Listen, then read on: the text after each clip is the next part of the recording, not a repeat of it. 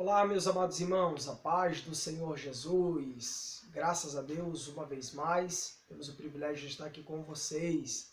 Depois de uma pausa significativa aí, voltamos aqui ao nosso canal, né? Queremos louvar ao Senhor por esta oportunidade, uma manhã chuvosa aqui em Maringá, muito agradável, temperatura muito boa e estou muito feliz. Tivemos uma parada técnica aí por uma questão particular, né? Motivo de força maior. Mas nos ajustamos e estamos nos ajustando e voltamos aí para comentar a lição de número 5 do último trimestre. Meu Deus, né? O ano já está acabando. Daqui mais alguns dias nós estamos no mês mais bonito, né? Que é o mês de novembro. É um mês em que eu completo mais uma primavera e se você quiser mandar um presente para nós, eu vou agradecer. Deus abençoe a vida dos meus amigos pastores, evangelistas, presbíteros, diáconos, cooperadores, espalhados neste Brasil, né? Louvo a Deus por todos vocês, pelos inscritos aqui no canal. Deixe o seu comentário, deixe o seu like, faça perguntas. E aqui nós vamos estar dando a nossa parcela de contribuição de uma maneira bastante resumida. E a nossa conversa aqui, ela não é uma conversa que tem o intuito de ser exaustiva, né? Na plataforma do YouTube tem um multiverso de comentadores, um melhor do que o outro, catedrático, acadêmicos, né? Muitos professores excelentíssimos e são bons mesmos, mas nós estamos aqui para deixar a nossa gota, né? A nossa parcelinha pequena, porém substancial para você que é professor, aluno, coordenador da escola dominical. No meu tempo não tinha isso, né? Tinham subsídios impressos. Nós não tínhamos muito acesso assim, à internet, né?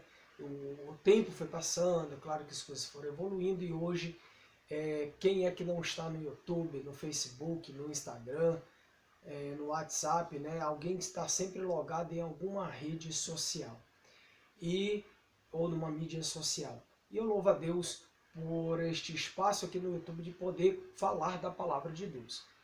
Para tanto, aqui no nosso canal, a gente sempre começa com uma palavra de oração e eu convido você. Pai, muito obrigado por este momento especial em que temos de falar aqui a Tua palavra. Uma manhã tão agradável que o Senhor nos deu, com saúde,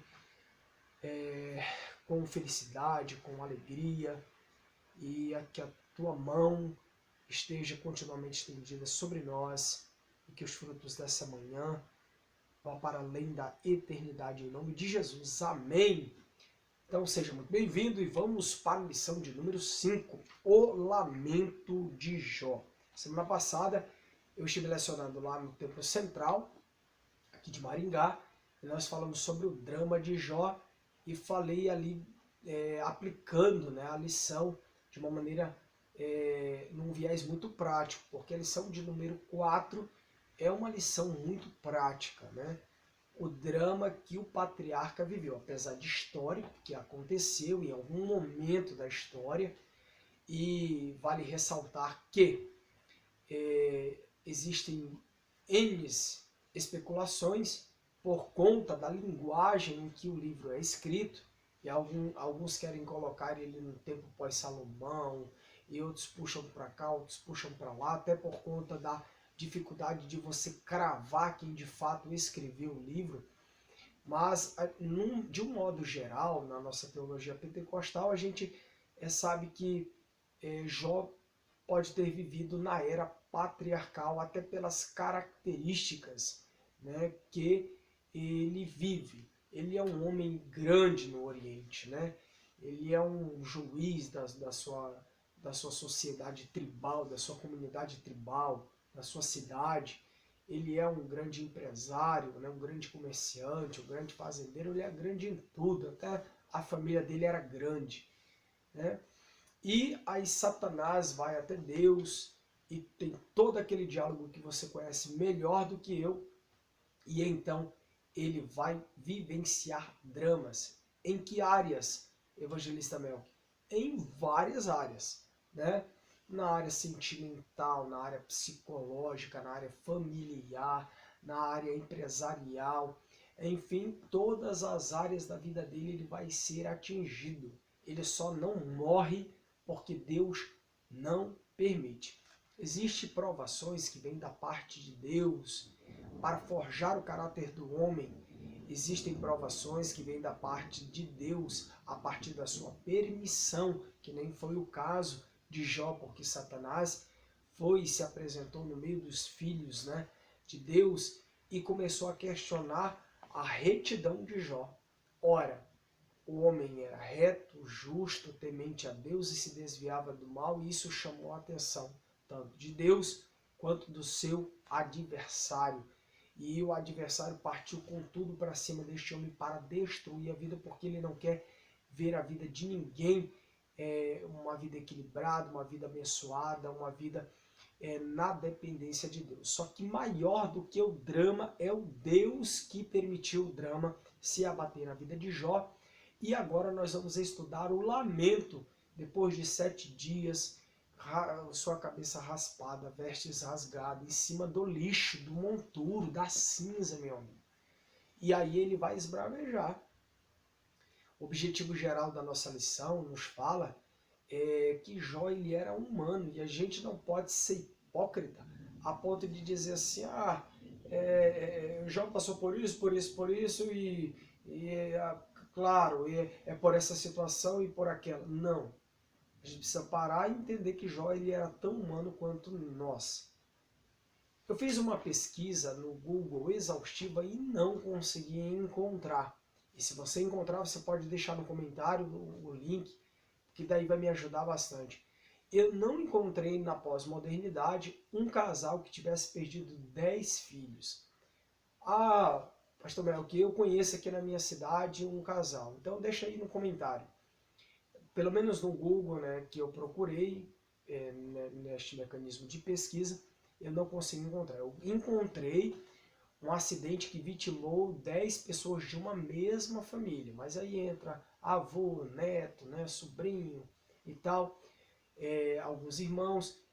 Mas 10 filhos de um casal que morreu eu não encontrei. Por que isso? Porque só essa situação já bastaria para uma pessoa. Imagine as outras áreas que são as áreas materiais. Porque quando Jó ele sofre 2 ataques, e no primeiro ataque são 4 fases, e na última fase é a fase em que os filhos morrem. Este é um impacto maior na vida do patriarca. Quando ele ouve que os seus filhos morreram, até a sua mulher, né, de uma forma assim, muito legítima, ela, olha, amaldiçoa teu Deus e morre. E aí quando eu falo legítima é porque ela era humana também. Se ela pecou, aí é uma outra situação. Mas ela, como um ser humano que perdeu 10 filhos, porque partejou 10 filhos, porque criou, porque deu de mamar a eles, né, porque abrigou cada um deles, é claro que a pessoa, eu quero ver, irmão, qualquer um aí dizer que teria o equilíbrio de Jó. É muito difícil você cravar isso, sabe por quê? Porque nós, às vezes, por coisas mínimas, queremos pegar o carro e jogar debaixo de um caminhão.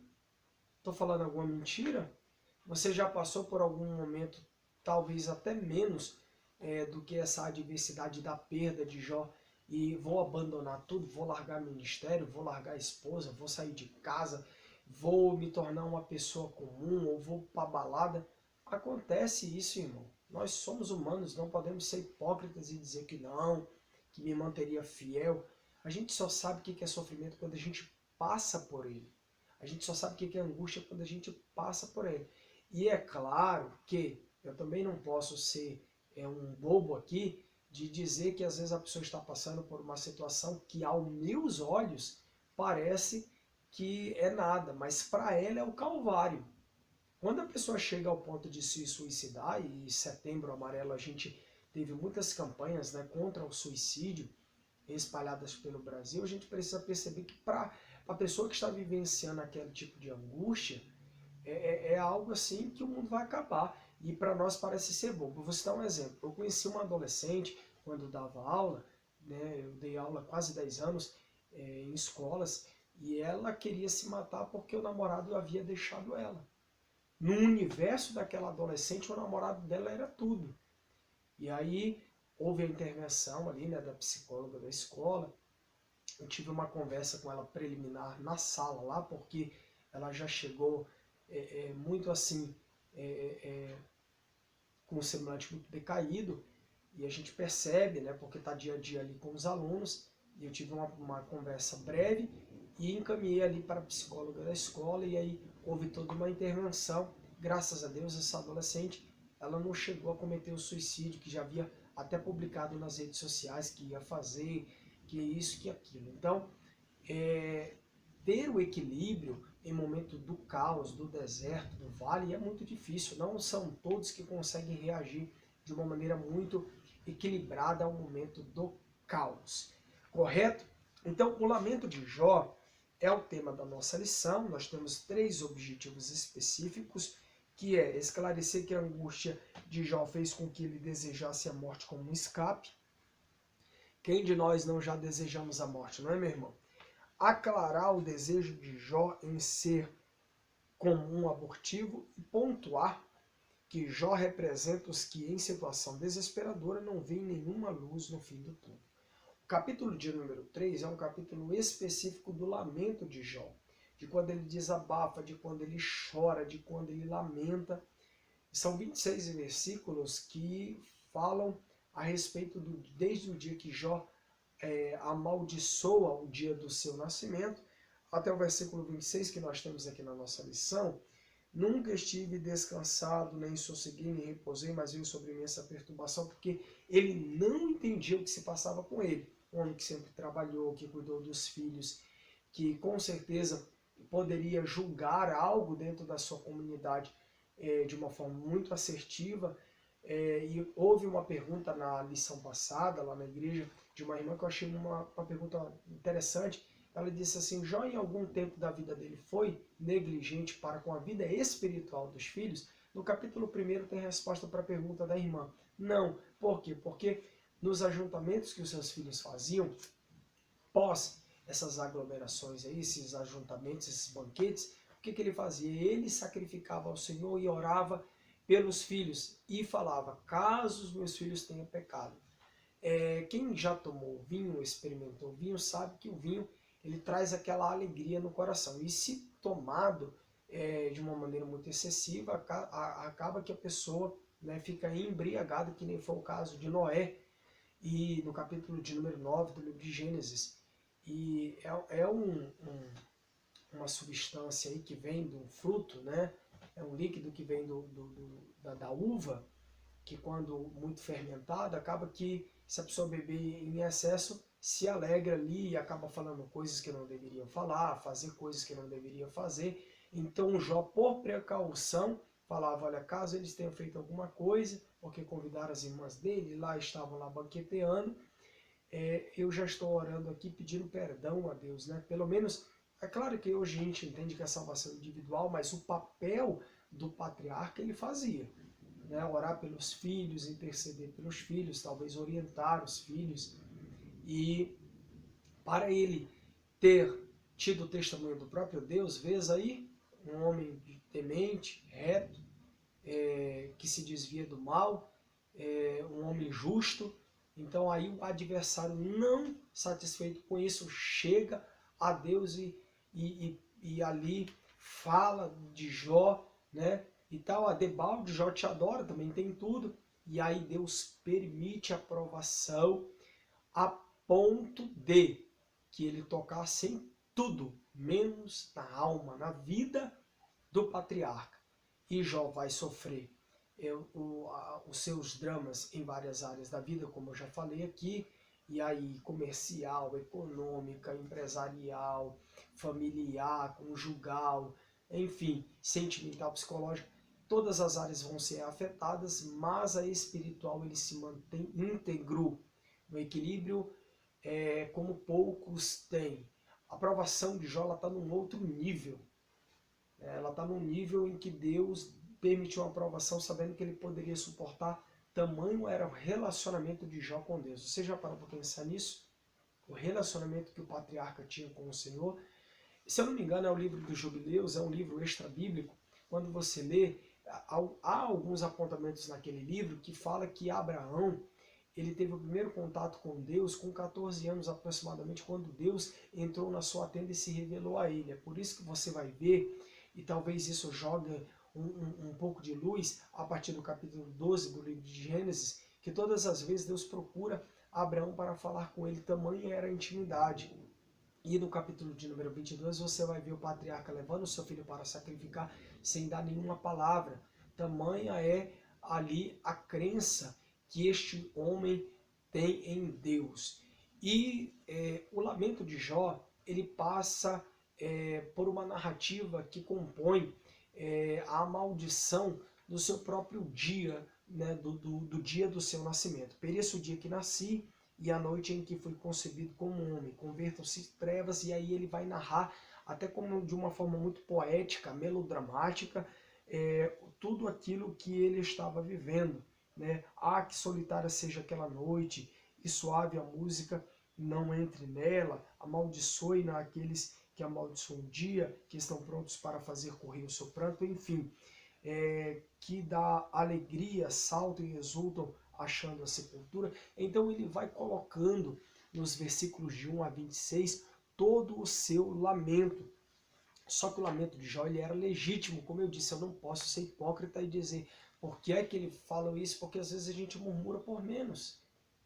Bate o carro, a gente murmura, na verdade reclama, espragueja, não dá algo certo na nossa vida, a gente procura um culpado, né? A gente tá procurando um culpado ali, não, eu tô nessa condição por causa do fulano de tal. A gente nunca assume a nossa culpa, certo?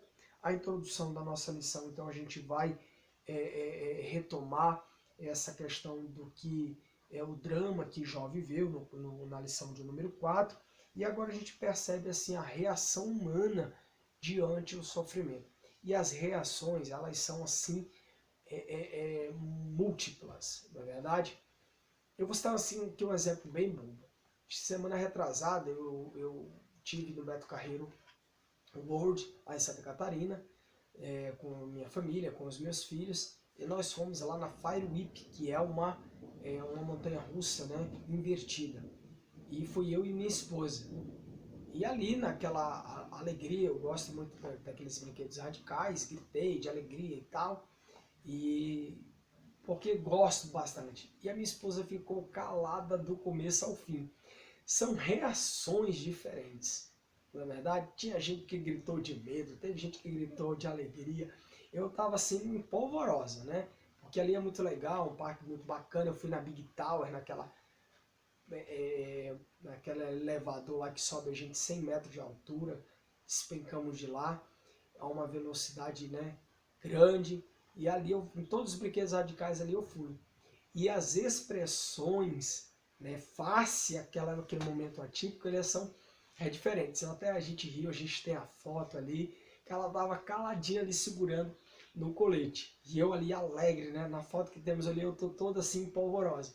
Então, agora assim, imagina no meio do caos. Citei esse exemplo bastante assim, talvez simplório, mas só para que você entenda que as reações elas são diferentes. Os amigos de Jó vão vir, ele vai passar, depois de 7 dias ele vai lamentar, ele vai raspar a cabeça, vai rasgar sua veste, vai sentar em cima do lixo, irmão. Em cima do monturo, em cima da cinza.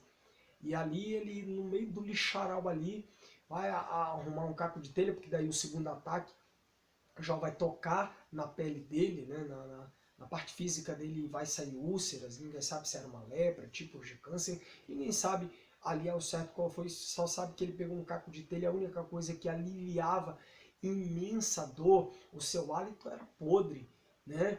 O homem estava praticamente, depois de algum tempo, esquelético, né? Os olhos profundos, não conseguiam dormir, a esposa estava desolada, e aí os amigos dele vêm, eu acho interessante que eram amigos, né? A Bíblia menciona amigos, e vem longe, Bildade, Zofar, Eliú, só que em um dado momento, em vez de aconselhar, aí vai fazer com que o profeta reflita de que, será que ele não cometeu algum tipo de pecado? Eu li, no segundo período da faculdade agora de Direito que eu estou fazendo, uma indicação da professora, Fustel Colanges, que ele traça no livro segundo sobre a família e sobre como essa família ela se devotava ao sagrado. E nas sociedades antigas, a gente percebe que as pessoas, elas de alguma maneira, elas reagiam quando, por exemplo, quando alguma coisa saía fora da curva, né, fora do eixo, se a pessoa pecava, se ela violava um preceito moral, por exemplo, aí alguém atribuía a situação de calamidade daquela pessoa a uma punição divina, né? Era um direito divino. Então todas as prerrogativas do direito era atribuída a algo mais teocêntrico. E a gente vai perceber isso, por exemplo, na história de Israel, porque o povo de Israel, quando ele é formado, ele tem um viés, ou ele adora, ou ele serve a um rei, ao rei dos reis, senhor dos senhores, e a uma posição mais teocêntrica. Só depois de muito tempo é que vem o primeiro rei de Israel, como o rei Saul, e até hoje a gente consegue ver que alguns direitos e deveres eles têm uma aplicabilidade a partir da concepção divina, principalmente nos países do Oriente, né, até hoje. Então, a gente consegue ver aqui que eles começam, de alguma maneira, os amigos de Jó, a acusá-lo de que alguma coisa ele fez, sendo que talvez ele, aparentemente nos 2 primeiros capítulos, nada ele fez, e no versículo 26 ele fala, meu Deus, eu trabalhei, eu suei a camisa, eu criei 10 filhos, não foi fácil chegar a esse ponto de ser um grande empresário, um grande comerciante, e todo mundo conhecia Jó. Né? Agora você imagina, por exemplo, pega aí o homem mais conhecido da tua cidade, aquele que é conhecido desde a criança até o ancião. E de esse homem muito rico, muito conhecido, daqui a pouco, da noite para o dia, o homem fala em empresa, separa da mulher, há uma calamidade na sua vida, ou morre sua família. O que você vai pensar? Né? Aí alguém vai dizer assim, alguma coisa ele fez para que tudo isso aconteceu, ele plantou, ele colheu. Aqui está algo interessante. A lei da semeadura, ela é intrigante, né? Por quê? Porque a semeadura ela é até facultativa, mas a colheita ela é obrigatória, né? E olha o que acontece. Este homem talvez não semeou, aparentemente, lendo a Bíblia, não semeou nada para que ele colhesse esse caos. Olha que interessante. É por isso que o sofrimento de Jó está num outro nível. Porque aí é Satanás que vai se apresentar diante dos filhos de Deus e dizer, ó, esse camarada aí que tu tá dando testemunho aí, faz tudo isso porque é rico, porque tem sobra. Olha, irmãos, o adversário das nossas almas sabe que quer ter coisa boa. A pessoa, quando ela tem muito dinheiro mesmo, materialmente nada falta a ela. Ele quer comprar uma roupa, ele vai e compra uma roupa. Ele quer comprar um carro, ele vai e compra um carro. Ele quer comprar uma casa maior, ele vai e compra uma casa maior. É uma pessoa que tem muita grana, quer comer nos melhores restaurantes, ele vai lá, não falta isso para ele. Pelo menos ali materialmente, fisicamente, as coisas estão tudo boas. Vai lá na estética, repagina a cara, vai na academia, bomba-se, né? Ninguém está falando de sentimento, se ele é feliz ou não, mas o dinheiro por tudo responde. O dinheiro dá um certo status quo de poder, de onde a gente chega, a gente não olha preço, não é verdade? Alegria de pobre dura pouco, né? A gente recebe nosso salário e a gente fica todo cheio, né? O salário que hoje não está dando quase para comprar um arroz, né? Aí fica uma crítica aí, porque não se pode mais nem perguntar nada, né, a esse presidente atual aí, que ele já vem com 7 pedras na mão, precisa ser pelo menos educado, presidente. Aí respondeu pelo, mas foi um esquerdopata infiltrado, não interessa, né? Se fez uma pergunta, é uma pergunta talvez tua, é uma pergunta minha, né? Por que tá tão caro as coisas? A gente não pode ser hipócrita não, irmão. Apontar só que a outra extremidade. A gente vai no mercado, a gente olha o preço de alguma coisa, nossa, tá um absurdo, né? Pensa nisso daí. Então, claro, a gente como crente precisa orar por essas autoridades aí a fazer o melhor, né? Essa não é a minha questão aqui. Mas não podemos também viver só porque não há corrupção, não há corrupção, não há corrupção, né? Sempre há corrupção. Onde há homem, há pecado. Grave isso. Onde há homem, há pecado. Nós temos uma natureza pecaminosa intrínseca em nós, que ela só é dominada pela oração, pelo jejum, pela santificação, por Bíblia. É por isso que a gente fala da Bíblia, certo? Então aqui, Jó, ele tem o seu lamento, No primeiro tópico você vai estudar com os teus alunos aí o primeiro lamento de Jó, Porque Nasci, que é o subtópico 1 do tópico 1, Porque Nasci, uma pergunta. Segundo, que em lugar da memória viesse o esquecimento. E terceiro, que em vez da ordem viesse o caos. Este é o primeiro tópico da nossa lição. Segundo lamento de Jó, porque não nasci morto, né? Um aborto. E aí nós no subtópico 1 e do tópico 2 tem descansando em paz e livre de tribulações. O dilema de Jó aumenta à medida que o seu sofrimento ganha intensidade. Eu lembrei aqui da palavra tribulação, né? A palavra tribulação significa ser comprimido com força. Você imagina na grande tribulação como não será. Terceiro subtópico, uma realidade para o cristão. O Novo Testamento nos ensina que enquanto estivermos no mundo nós vamos ter, né, dor. Filipenses capítulo 4, versículo 11 e 12, nós vamos passar pelo luto, certo? E no terceiro tópico nós temos aí o terceiro lamento de Jó, porque continuo vivo. Subtópico 1, vale a pena viver? Subtópico 2, sem o favor de Deus? Uma outra pergunta.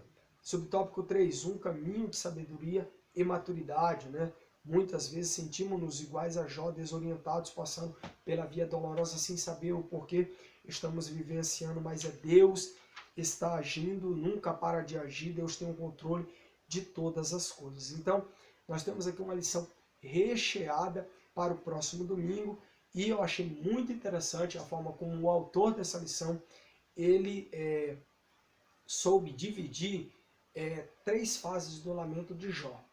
Né? A primeira, amaldiçoando talvez aí o dia do seu nascimento e fazendo a grande pergunta: por que nasci para viver desse jeito, para perder 10 filhos, para tudo aquilo que eu conquistei trabalhando desmorona? Quer ver um outro exemplo bem simplório? Você já brincou com cartas em que você está construindo ali um castelinho de cartas, ou com dominós que você coloca um atrás do outro e de repente você está já quase concluindo, ou você está numa fase bem avançada e ali uma peça toca que sai caindo todas, né? E aí parece que todo aquele trabalho que a gente fez, até mesmo ali numa brincadeira, se torna algo assim que a gente fica chateado, aborrecido por uma determinada situação. Eu me lembro quando eu jogava videogame, eu sou da época do Super Nintendo, né? Eu tive o Super Nintendo, o Atari, o Mega Drive, mas eu me lembro quando eu ganhei o Super Nintendo do meu pai, que às vezes eu estava jogando Mario, Donkey Kong, estava lá na fase, lá chegando lá perto, e aí eu perdia, tinha que voltar um monte de fase para pegar um monte de vida. Se eu aplicar algo que eu vivenciei na minha adolescência para a minha vida espiritual, às vezes é isso, às vezes a gente está para receber a nossa bênção, acessar a nossa bênção. Efésios capítulo 1, versículo 3, tomar posse daquilo que Deus já nos deu, mas eu volto a algumas casas porque eu murmuro, porque eu reclamo, né, porque eu acabo desistindo de coisas que às vezes a bênção está chegando na nossa mão. Não é verdade? Isso acontece conosco, isso não é nenhum tipo de fatalismo. Às vezes o camarada está para ser consagrado e aí acontece alguma situação, ele desiste, ele não vem mais para a igreja, e às vezes o pastor dele estava testando ele, querendo abençoar ele, e aí ele desiste, né? Enfim, outras situações, correto? Então, você pode estudar com os teus alunos, trazendo aí subsídios para eles, né? Nós temos aqui na nossa lição subsídios pedagógicos, a gente pode introduzir 3 pontos que formam o seu eixo estrutural nos 3 lamentos: porque nasci, porque não nasci morto e porque continuo vivo, e mostrando aqui aos nossos alunos, né, que são perguntas que mostram aí a angústia desse patriarca, correto? Por meio de eventos que marcaram uma tragédia familiar, econômica e pessoal. Tais perguntas podem sinalizar o grau de estresse do patriarca. Na lição passada, o autor comentou de que ninguém sabe se Jó, não existe versículos assim que expressam que ele entrou em depressão, mas que com certeza ele deve ter ficado em um estado assim depressivo, de uma lamentação profunda, ficou a ponto dele colocar para fora. Mas ainda bem, e aí os psicólogos aí vão concordar comigo, né? Ainda bem que colocou para fora. Pior era se tivesse guardado tudo para si ali, né? Não, chegou um momento em que ele esbravejou. Quem já passou por terapia sabe que às vezes alguém que passa pela terapia ali, com a terapeuta, chega um momento que ele vai falando as coisas e de repente ele chora. E o que o terapeuta fala? O que o psicólogo fala? Pode chorar, né? Às vezes alguém pergunta, eu posso aqui chorar? Pode. Fala tudo, né? Por quê? Porque daí você vai se desvencilhando daquilo que está te consumindo, né? Eu não sou psicólogo, mas isso daí a gente sabe, né? Algo que a vida nos ensina, né? Banco de faculdades nos orienta, na verdade, a gente sabe disso daí até também no senso comum, que às vezes é melhor você colocar para fora do que você está se consumindo ali, correto? Então, por que nasci? Quantas vezes a gente passa por situações talvez que nem é uma tragédia familiar e a gente fica se perguntando por que eu nasci, por que eu estou nesse mundo, né? Tem um livro aqui na minha estante, na minha mesa, Lee Strobel, Em Defesa da Fé. Esse livro ele é excelente. Leia, compre ele. Ele é da Vida, editora Vida. Em Defesa da Fé, o escritor Lee Strobel, ele conta a história de Charles Templeton, um amigo de Billy Graham. Isso mesmo, o maior pregador, né? Tido aí como um príncipe dos pregadores do século XX. O homem pregou para grandes autoridades, viajou o mundo inteiro. Quando pregava, mensagem simples, objetiva, multidões aceitavam a Jesus. Ele, o Billy Graham, falava que Charles Templeton pregava na adolescência até melhor do que ele. E um dia o Charles olhou uma revista, eu não me lembro se é a Time, uma revista americana, e ele viu uma mãe africana com os seios murchos e um bebê esquelético tentando sugar o leite que não tinha no seio da mãe. E ele disse, Deus não existe. Na verdade, Deus não pode existir. Por que ele permite que isso aconteça? Um bebê. Olha, irmãos, é muito sério. Às vezes aqui o nosso filho caçula tem uma gripezinha de nada, começa a escorrer o nariz e a gente já fica, ai meu Deus, né? Vamos orar, vamos levar para o hospital, está acontecendo alguma coisa, ele se machuca, bate a mãozinha, o pé, a gente já fica naquela situação. Você que tem filhos, você sabe do que eu estou falando. Agora você imagina, irmão, no caos. Eu vi uma foto assim que me chocou, né? Um garotinho no meio da guerra lá na Síria, um garotinho talvez de uns 5 anos, e aí ele pegou uma pedra, ele estava deitado com a cabeça em cima da pedra, todo sujo, dormindo no meio daquelas ruínas da Síria. E o fotógrafo tirou a foto, né, que assim circulou o mundo inteiro. Se você parar, irmão, para pensar, para analisar, né, determinadas tragédias que acontecem, um filho que está preso, né, algum drama que a pessoa está vivendo. Olha, irmãos, tem moças aí que vão apalpar o seio contra o nódulo, em 3 meses vai descobrir que o nódulo é maligno, já está com câncer, mata a menina em 3 meses. Eu tive uma prima que faleceu de câncer, irmão, quando descobriu, papum, beijo, acabou, já era. A menina saudável. Minha prima lá bonitona, saudável, sabe, assim, papum, beijo, morreu, acabou. Os cabelos caíram. Foi na família. Da noite pro dia descobriu o câncer, acabou, irmão. Era que nem nos tempos de Jesus, o camarada apareceu a lepra na mão, o camarada de sentença de morte. Estas são lições práticas para a gente poder refletir. A gente tem vários subsídios aqui, a gente pode estar falando de hebraico, de grego, a gente pode estar puxando algo que... Mas você pode comentar coisas da vida real com os teus alunos. E é por isso que nós estamos aqui objetivando no nosso canal, a nossa parcela de contribuição, isso. Nós vamos estudar, sim, os 3 lamentos de Jó, as 3 fases que ele, dentro do seu lamento, né? Eu achei muito incrível o versículo 26 que ele escreve, poxa, eu trabalhei, né, suei a camisa aí, por que isso tudo está acontecendo como que é algo que ele não sabia, né? Algo que ele não entende o porquê que ele está colhendo, talvez aquilo que ele não plantou, né? Por não haver